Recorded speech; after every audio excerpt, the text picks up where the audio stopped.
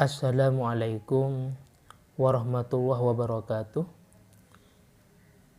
Pada kesempatan ini saya melanjutkan materi dalam kitab Fathul Mu'in, kitab I'anatul Thalibin juz 2 halaman 116.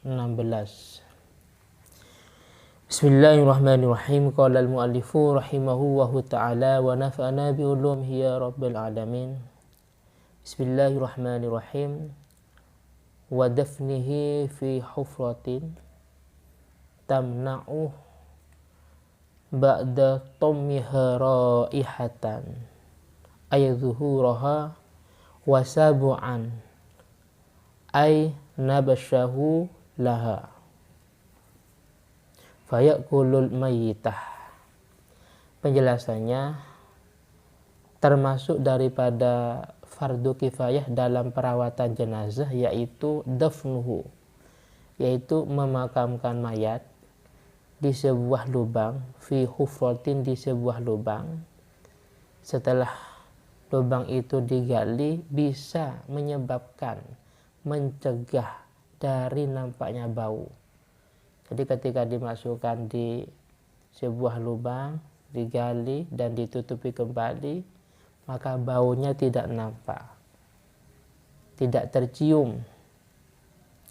Wasabu'an ay nabashahu laha fayakulul mayyit, dan juga lubang itu mencegah dari membongkarnya hewan buas.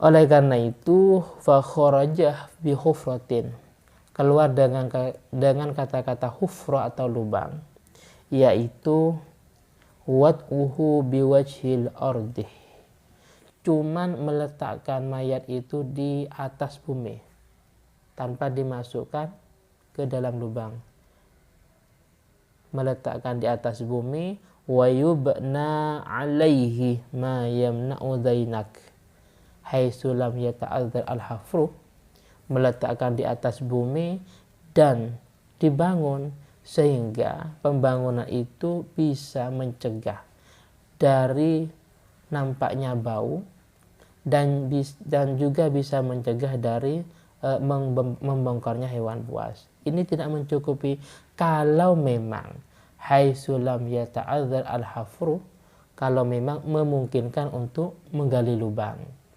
Naam, ya tidak mencukupi, tapi man mata bisa finatin, man barang siapa mata yang meninggal bisa finatin, di atas atau di dalam perahu, jadi masih ada di tengah laut, ternyata ada yang meninggal di dalam perahu. Wa ta'adzaral barruh, dan sulit untuk menempuh ke daratan, mungkin karena terlalu jauh jaraknya. Jadi masih ada di tengah-tengah laut, berada di atas perahu, ada yang meninggal umpamanya. Bagaimana? Maka jaza ilqa'uhu fil bahri, maka diperbolehkan untuk melempar mayat itu di lautan. Wa taskiluhu liyarsubah, dan juga membebani mayat itu liar subah, dengan tujuan biar tenggelam. Wa illa fala, kalau memang memungkinkan untuk dibawa ke daratan, maka tidak diperkenankan atau tidak boleh membuang mayat itu di tengah laut atau membuang di laut, karena memungkinkan, tidak terlalu jauh jaraknya umpamanya. Terus wabitam na'udainak, keluar dengan kata-kata matam na'udainak, yaitu tadi di atas dijelaskan, lubang itu bisa mencegah dari dua hal. Pertama, mencegah dari nampaknya bau. Yang kedua, mencegah dari dibongkarnya oleh hewan buas, yaitu ma yamna'u ahadihima, kalau memang cuman mencegah salah satunya, baik mencegah dari nampaknya bau atau mencegah dari dibongkarnya oleh hewan buas. Jadi keduanya harus bersamaan. Contohnya, ka'ani atadat siba'u dzalikal mahal al-hafruh an mautah, Seperti di tempat itu sudah biasa bahwasanya hewan buas akan makan beberapa mayat yang dikubur. Saya ulangi lagi, bahwa di tempat itu sudah biasa bahwasanya hewan buas sudah makan dari beberapa mayat umpamanya. Oleh karena itu dalam hal ini fayajibu bina'ul qabri bihaitsu yamna'u wusulaha ilaihi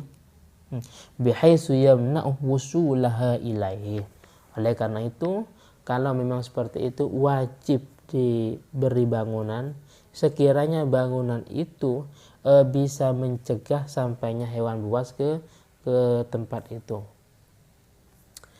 Sekarang masalah paling sempurnanya bangunan, yaitu paling sempurnanya kuburan maksudnya. Wa akmaluhu, paling sempurnanya kuburan itu qabrun wasi'un, kuburan yang luas, fi umuki arba'ati azru'in, dalamnya kira-kira 4 hasta.